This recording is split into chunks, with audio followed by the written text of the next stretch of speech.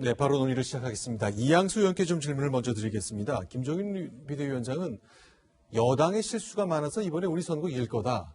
구체적으로 뭘 염두에 두고 하신 말씀이실까요? 예, 아까도 그 시민 여러분들께서 인터뷰하는 거 좀 보셨으면 이제 우리가 알 수 있듯이 어떤 선거는 여당에 대해서, 집권당에 대해서 잘했냐 못했냐. 자, 집권당을 좋아하면 이제 그 집권당을 찍고, 집권당이 싫다 그러면은 이제 야당을 찍는 이런 선거가 되죠. 그 대대로 그랬습니다. 옛날 탄핵 이전에는 우리 그 새누리당이냐 아니냐라는 그것이 선거의 핵심이 되었을지 이렇게 돼 있는데, 지금 김종인 대표께서도 그런 취지로 말씀을 하신 것 같아요. 지금 서울시장 선거라든가 부산시장 선거가 여당 지방자치단체장의 성추행으로 비롯된 그런 사퇴로 인한 그런 선거이고, 또 집권당이 부동산 대책에 대해서 25번이나 내놨는데 그런 어떤 그 영향이 없고, 그렇기 때문에 이런 것을 감안했을 때는 이번 선거는 우리가 이기지 않겠느냐, 그런 생각을 하시는 것 같습니다. 네. 우리 더불어민주당은 이제 서서히 이제 자신감을 지금 찾아가고 있습니다. 아, 그렇습니까? 왜냐하면요, 우선은 코로나19로 인한 어려운 상황에서 국민들의 방역, 또 민생, 또 백신, 또 부동산 정책에 대해서 나름대로 최선을 다해서 해법을 내놓다 보니까 민심이 조금씩 돌아온다는 그런 느낌을 갖고 있고, 물론 김종인 위원장께서 승리를 낙관한다고 하지만 저희를 또 이런 좀 상승 분위기를 타고 한판 승부를 해보려고 합니다. 한 가지 좀 말씀드리고 싶은 것은 여당의 실수와 잘못에 기대서 선거를 한다는 것은 뭐 당연히 야당 입장을 할 수 있겠지만, 그래도 여당이 이렇게 현안을 적극적으로 대처하고 또 새로운 비전을 제시한다면 한번 해볼 만하다, 그런 생각을 하고 있습니다. 네. 저도 이제 첨언을 드리면, 사실 뭐 저희가 승리를 낙관하는 건 전혀 아닙니다. 저희 당내 분위기가 위기 상황으로 보고 있지 뭐 우리가 낙관할 수 있는 그런 상황은 아닌데, 김종인 대표께서 그렇게 말씀하신 것은 저도 또 그렇게 믿고 있습니다. 대한민국 국민들은 굉장히 위대합니다. 사실 교육 수준이 굉장히 높고 문화의식, 정치의식 수준이 굉장히 높기 때문에 선거 때마다 항상 회초리를 들어서 잘못한 쪽을 혼을 내시거든요. 그래서 지금 문재인 정부에서 그동안 사실 국회에서의 일방적 독주라든지, 그다음에 어떤 행정부나 사법부가 어떻게 보면 정권의 눈치를 많이 보게 만드는 그런 여러 가지 행동들, 그리고 민생과 관련해서는 뭐 부동산이라든지, 또 백신을 지금 다른 나라들은 맞고 있는데 우리나라에서 아직 못 맞고 있는 것들, 이런 것들을 종합적으로 보고 판단하셨을 때 대한민국 국민들이 항상 여당이 잘못하면 여당 혼을 내셨거든요.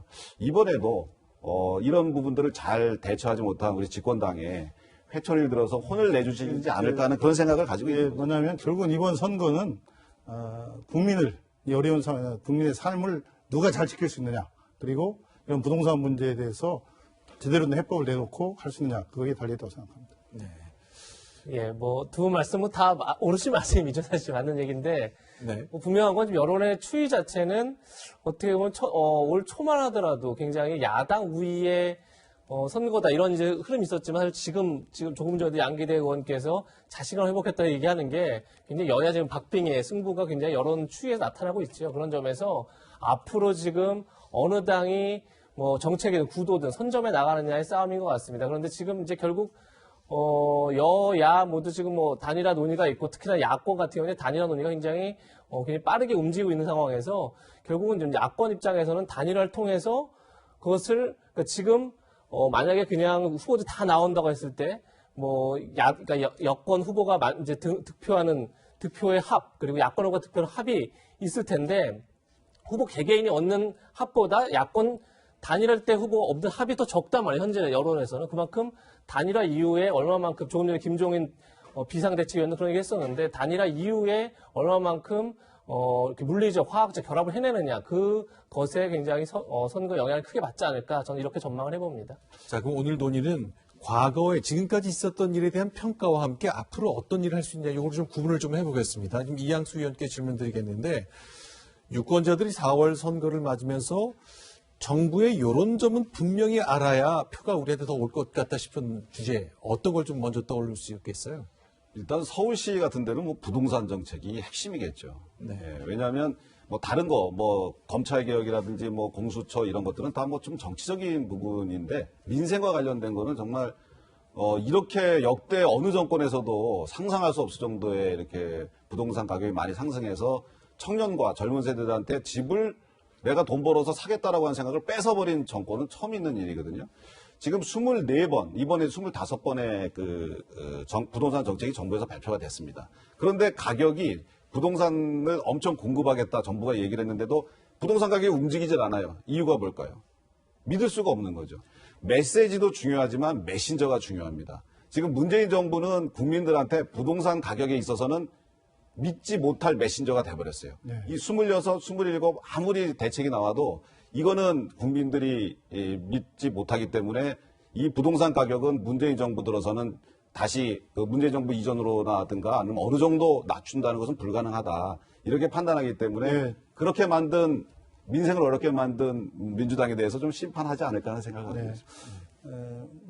그 말씀에 특히 부동산 문제에 대해서는 저희 여당도 뼈아프게 생각합니다. 대통령께서 또 사과까지 하셨는데 국민들의 절망도 크고 또 그런 점들은 이제 앞으로 저희들이 해결할 부분인데 이번에 그래서 이사 대책을 내놓지 않습니까? 네.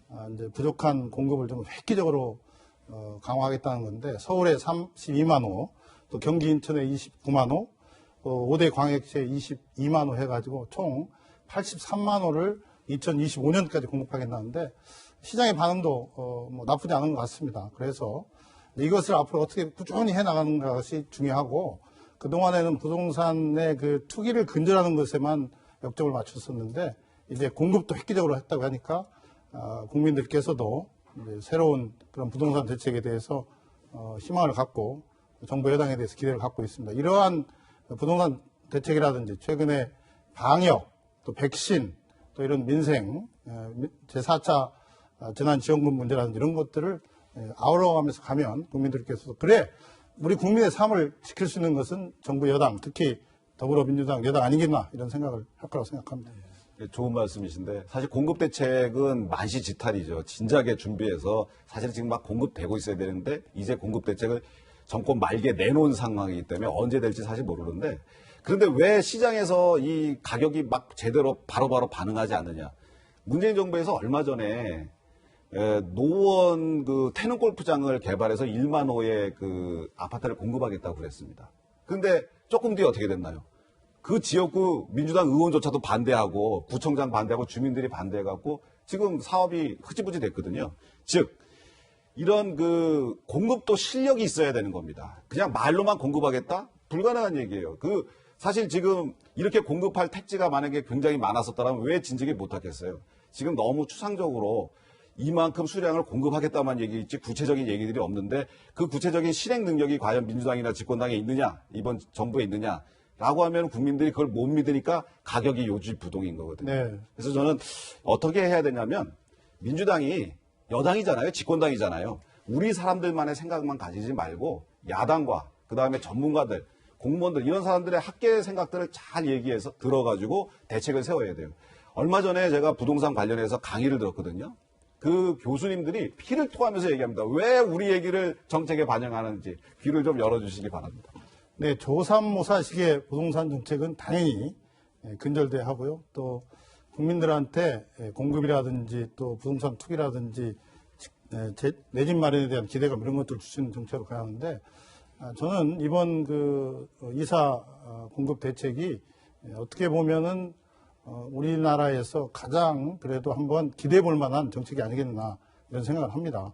그래서 이제 시간이 좀 걸리겠죠. 그러나 구체적으로 정부가 또 여당과 함께 앞으로 계획을 또 구체적으로 내놓는다면 한번 기대를 걸어볼 만하다 이런 생각이 들고 야당도 그냥 비난만 하지 말고 정부 여당의 안이 좀 좋을 때는 좀 같이 가서 이게 무슨 정파의 문제가 아니지 않습니까? 우리 국민의 문제고 나라의 문제이기 때문에 한번 같이 힘을 모았으면 좋겠다 그런 생각을 합니다. 예. 사실 지금 조금 전에 양기대고 말씀하신 것처럼 이사 대책의 숫자가 봤을 때 굉장히 공급 쇼크라는 표현할 정도로 숫자가 굉장히 많죠. 그러니까 전국에 83만 호, 서울에만 32만 호를 공급하겠다는 거기 굉장히 숫자만 놓고 봤을 때 희망적인 굉장히 공급 대책이다 이렇게 볼 수 있는데 중요한 건 이제 공공주도의 재건축 재개발을 하겠다는 건데 그 성과를 과연 4.7 보궐선거 이전이면 더 좋을 테고 하여튼 상반기에 보여줄 수 있느냐. 저는 결국 이 시간과의 싸움이 아닌가 이런 생각이 들고 근데 지금 변창 후보자도 제일 처음 서울에 공공주도 재건축을 하려는 지역으로 서울역 주변을 봤던 것 같은데 지금 이미 뭐 언론에서는 그 주변에 있는 땅을 갖고 있는 사람들이 반대를 하고 있다는 얘기가 벌써 나오는 거죠. 그래서 과연 네. 이 숫자가 중요한 게 아니라 과연 실질적으로 공공주도의 재건축 재개발이 가능한지를 어떤 구체적으로 실질적으로 보여주는 작업을 지금 필요한 게 아닌가 여당에서는 그런 생각이 듭니다. 자, 이제 어떤 점이 포인트가 될 건가를 여쭙는데 일단 서울시장 선거는 부동산에 대한 것이 이제 굉장히 압도적으로 강조가 되는 장면 봤습니다. 그럼 일단 이양수 의원께 다 하나를 또 여쭤볼게요. 야당으로서는 요점을 좀 부각하겠다. 부동산 말고 가령 어떤 걸 좀 꼽을 수 있습니까? 저희 야당 후보들은 사실 이번 선거가 왜 발생했는지 여기에 중점을 두고 있습니다. 네. 서울시장 선거도 그렇고 부산시장 선거도 그렇고 어떻게 동시에 대한민국의 그 큰 그 자치단체의 그 수장들이 그리고 시민사회단체 활동을 하면서 도덕성과 이런 것들을 최우선으로 여겼던 분들이 성추행이라고 하는 그런 일들을 벌이고 이제 더 국민들을 분노하게 하게 한 지점은 사실 조금 더 뒤에 민주당과 어떤 그 민주당을 지지하는 그런 세력들이 2차 가해를 한 겁니다. 네. 사실 그 지방자치단체장들이 공과가 있죠. 잘한 일은 잘했습니다. 하지만 물러나게 되고 이렇게 한 이유는 이번 사건 때문에 물러난 거기 때문에 이번의 부분에 대해서는 정부와 뭐 관계자들과 그다음에 시 담당자들 그리고 민주당 그 후보들을 낸 민주당에서 정말 그 사죄하고 사과하고 그리고 후보를 내지 않음으로써 그러면서 본인들의 의무를 다했어야 되는데 훌륭한 분이다 추도식 멋있게 하고 또 후보를 내면서 당원 당규까지 바꿔서 하니까 국민들이 이거 민주당이 너무 잘못하고 있다. 이거 과도한 욕심이다. 이번에 회초리를 맞을 거라고 저는 기대하고 있습니다. 네, 전 서울시장님이나 또 우리 전 부산시장의 그런 문제로 인해서 굉장히 그 국민들께서 분노하시고 또 피해 당사자들도 그것 때문에 어려움을 많이 겪고 있고 그래서 당 대표가 사업가 됐지 않습니까? 네. 참 저희들로서는 참 아픈 대목입니다. 그래서 그냥 그런 부분들에 대해서 다시 재발 방지를 위한 여러 가지 대책들을 앞으로 해 나갈 거고요.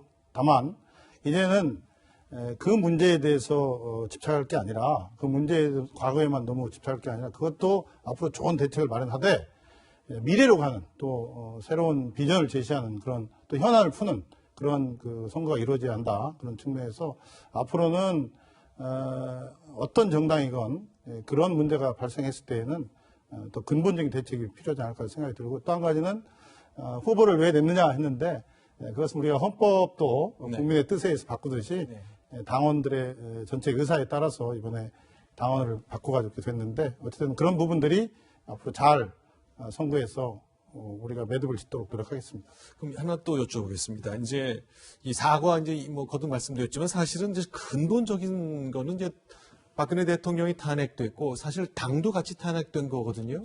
그 후에 김종인 비대위원장이 국민 앞에 정말 사과도 했고 광주 내려가 무릎을 꿇었단 말이죠. 그러니까 민주당이 좀 이 대목을 좀 질문 드리고 싶은데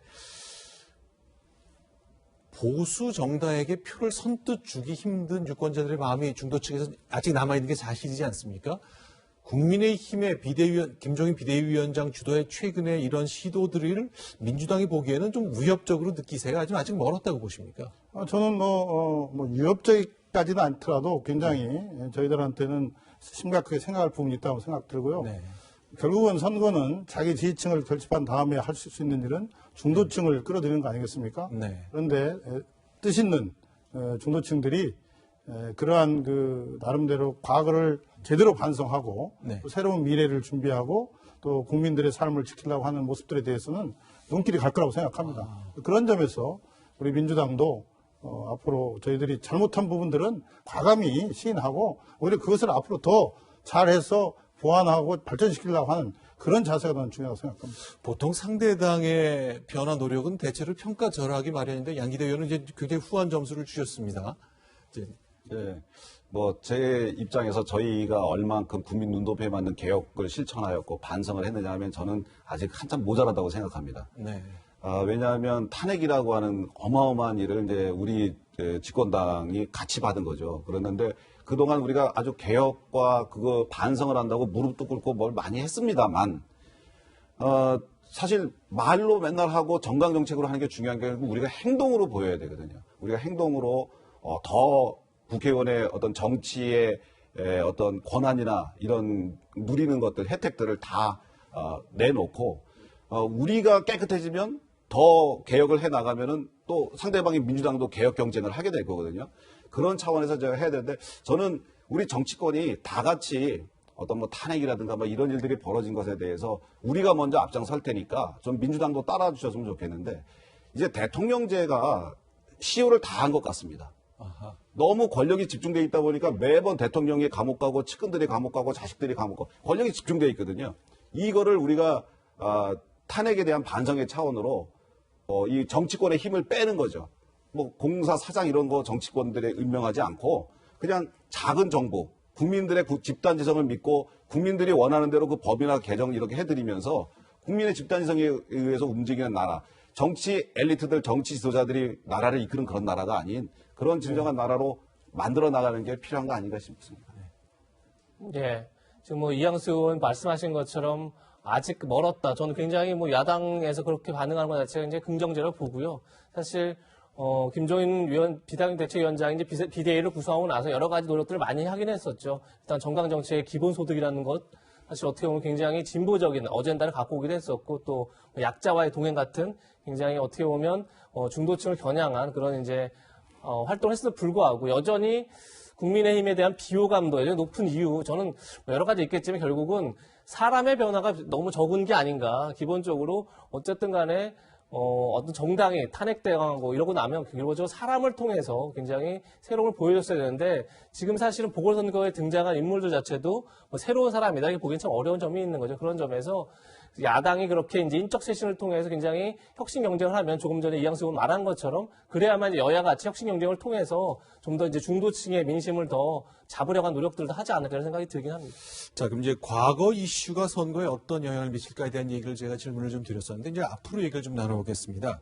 김종인 위원장 인터뷰 때 이런 얘기를 했어요. 이제 지난 총선 직전에 전 국민에게 현금 지원을 해줄 방안을 마련하는 것 시작했던 것 선거 때문이다라고 야당에서 규정을 한 건데 양기대 의원께 좀 질문을 드려보겠습니다.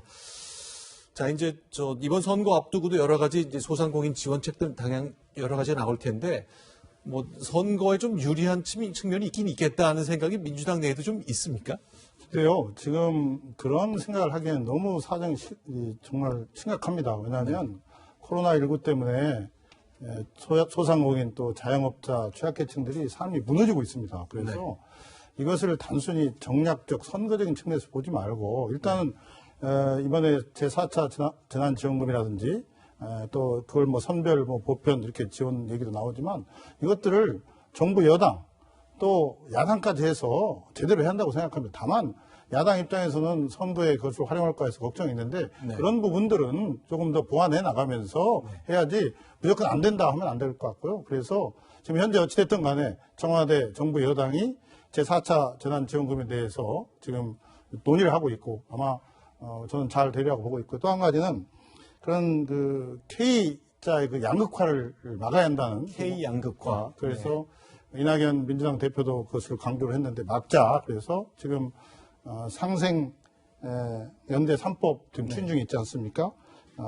이 영업 제한에 따른 손실 보상, 또 협력 이익 공유제, 또 사회연대 기금 등이 3법인데 이것도 지금 여야가 굉장히 논의를 지금 시작하려고 합니다. 그렇다면 2월 국회에서 임시국회에서 빨리 통과시켜서 국민들한테 정말 이 희망을 줄 수 있게 해야지 이거 된다 안 된다 자꾸 논란만 있으면 국민들은 억장이 무너지는 거죠. 그래서 정치가 불신받게 되는 건데 저는 이번에 여야가 이번 임시국회에서 2월 임시국회에서 꼭 이런 그 코로나 극복을 위한 법안들 또 예산들은 좀 통과를 시켜야 하지 않을까 생각합니다. 네.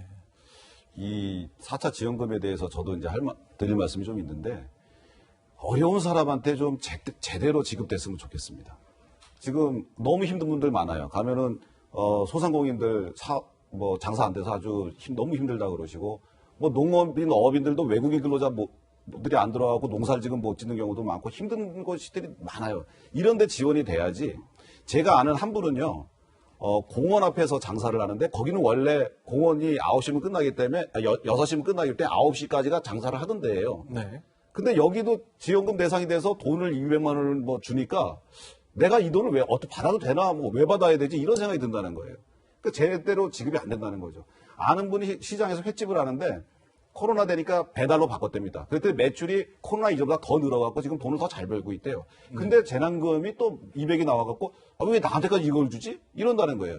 즉 아까 이 김종인 대표께서 말씀드리는 게 뭐냐면 재난지원금은 국세청 가면 자료가 다 있다. 이 사람 어떤 가게가 1년 전, 2년 전, 3년 전 그리고 코로나 때문에 힘든 올해 이런 게 다 있으니까 그거만큼 줄어든 만큼 이렇게 드리면은 형평성도 좋고 그 받는 사람도 제대로 국민 예산을 또 얼마나 효율적으로 쓰는 겁니까? 그런 차원에서 재난지원금을 주되 없는 분들, 어려운 분들, 피해 보신 분들한테 제대로 줘야 되는 거지 이렇게 그냥 뿌리듯이 조금 뿌리고 나서 국민 여러분 우리는 정부의 책임을 다했습니다. 이런 건 아니지 않느냐라는 얘기죠.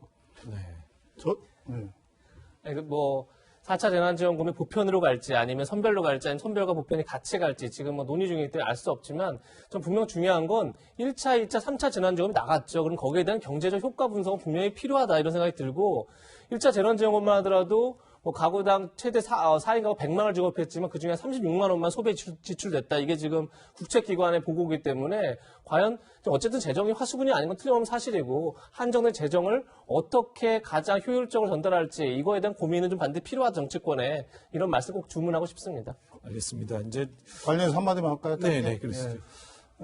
저는 국가 재정을 건전하게 해야 한다는 원칙에 동의하면서도 우리나라가 지금 상대적으로 선진국에 비해서 국가 부채 비율도 건전한 편이고 또 그동안 지급한 재난지원금도 굉장히 낮은 수준입니다. 그래서 이번에는 우리 존경하는 이양수 의원님 말씀대로 좀 과감히 두텁게 충분히 어려운 계층에게 지급했으면 좋겠다는 생각을 하고요.